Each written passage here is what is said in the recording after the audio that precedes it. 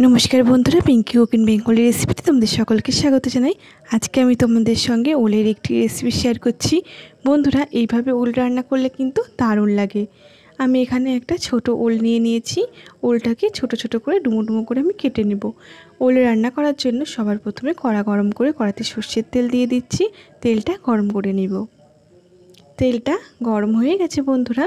एबार এই তেলের মধ্যে ফোড়নের জন্য সাদা জিরে নিয়ে নিয়েছি অল্প। তেলের মধ্যে ফোড়নটা দিয়ে দিলাম। এবার আমি আলুগুলো দিয়ে দিচ্ছি। আলুগুলো আমি ডুমো ডুমো করে কেটে নিয়েছি। সব আলুগুলো দেওয়া হয়ে গেছে। এবার আলুটাকে আমি ভেজে নেব। বন্ধুরা, তোমাদের যদি আজকের রেসিপিটি ভালো লাগে অবশ্যই কমেন্টে জানিও, আর আমার ছোট্ট চ্যানেলটা সাবস্ক্রাইব করে অবশ্যই আমার পাশে থেকো। দেখো বন্ধুরা, আলুটা কিন্তু হালকা লাল লাল করে ভাজা হয়ে গেছে। এবার আমি ওলটা দিয়ে দিচ্ছি। ওলগুলো কিন্তু আমি আর ছোট ছোট করেই কেটে নিয়েছি আলুর সাইজে। আলুটাও কিন্তু যেভাবে কেটেছি সেভাবেই কিন্তু ওলটাও ছোট ছোট করেই কেটে নিয়েছি। এখানে আমি ওলের মশলার জন্য অল্প একটু ছোট আদা নিয়ে নিয়েছি, একটা টমেটো নিয়ে নিয়েছি, পেঁয়াজগুলো আমি কুচিয়ে নিয়েছি যাতে বাটতে সুবিধা হয়, আর রসুনের কোয়া নিয়ে নিয়েছি 6টা কি 8টা। এদিকে দেখো বন্ধুরা, আমার কিন্তু আলু আর ওল কিন্তু ভালো করে ভাজা হয়ে গেছে। আমি এখানে 1 চামচে হলুদ দিয়ে দিলাম আর স্বাদ অনুযায়ী নুন দিয়ে দিচ্ছি। ওল আর আলুটাকে ভালো করে ভেজে নিতে হবে। জিরের গুঁড়ো দিয়ে দিলাম 1 চামচে ঝালের জন্য।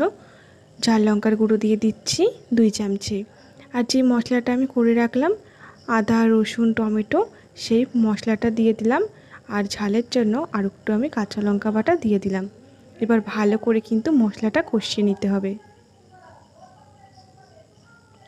বন্ধুরা, মশলা যত ভালো করে কষানো হয় ততই কিন্তু রান্নার স্বাদটা ভালো আসে। ভালো করে কিন্তু আমি মশলাটাকে কষিয়ে নিয়েছি। প্রায় 2 থেকে 3 মিনিট ধরে ভালো করে মশলাটা কষিয়ে নিয়েছি। এবার জল দিয়ে দিলাম। আলু আর কচু সেদ্ধ হবে সেই বুঝে কিন্তু জলটা দিয়ে দিয়েছি। জল দিয়ে নেড়ে এবার ঢাকনা চাপা দিয়ে দিচ্ছি। কিছুক্ষণ জোরে দিয়ে তারপর কিন্তু আস্তে দিয়ে দিয়েছি। দেখো বন্ধুরা, ঝোলটা কিন্তু অনেকটাই মরে গেছে। আর আলু আর কচু দুটোই কিন্তু দেখো বন্ধুরা কত সুন্দর সেদ্ধ হয়ে গেছে। প্রেশার কুকারে দেওয়ার কিন্তু কোনো প্রয়োজন নেই।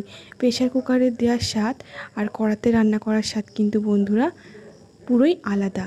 আমার আলু কচু দুটোই সুন্দরভাবে গলে গেছে। আমি ওপর দিয়ে গরম মশলা সরিয়ে নেড়ে নামিয়ে নিলে কিন্তু আমার ওল কচু রেডি। তোমাদের রেসিপিটি কেমন লাগলো অবশ্যই কমেন্টে জানিও।